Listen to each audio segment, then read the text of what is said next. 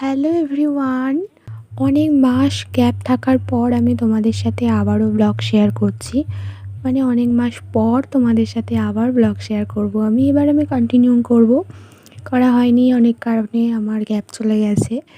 তো দিনটা ছিল সোমবার, আর সোমবারটা আমার শুরু হয় শিব ঠাকুরের পুজো করেই।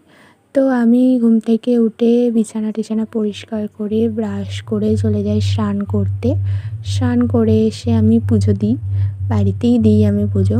তো পুজো কমপ্লিট করে এসে তোমাদের সাথে আবার ভিডিওটা কন্টিনিউ করছি। আর সকাল থেকেই কিছুই খাওয়া হয়নি, তাই আমি ফার্স্টে একটু জল খেয়ে নিই। আর যেহেতু অনেকটা বেলা হয়ে গিয়েছিল, তাই হেভি কিছু ব্রেকফাস্ট আমি করব না ঠিক করেছিলাম।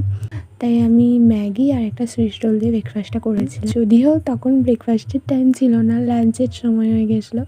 তারপর আমি খাওয়া দাওয়া করে আমার কিছু কাজ ছিল, তো আমি সেই কাজগুলো কমপ্লিট করি।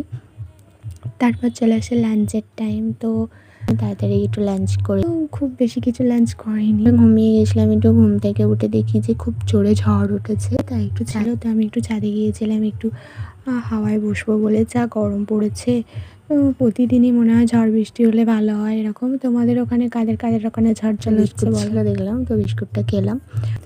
তারপরে সন্ধ্যের দিকে মা চা বানাচ্ছিল।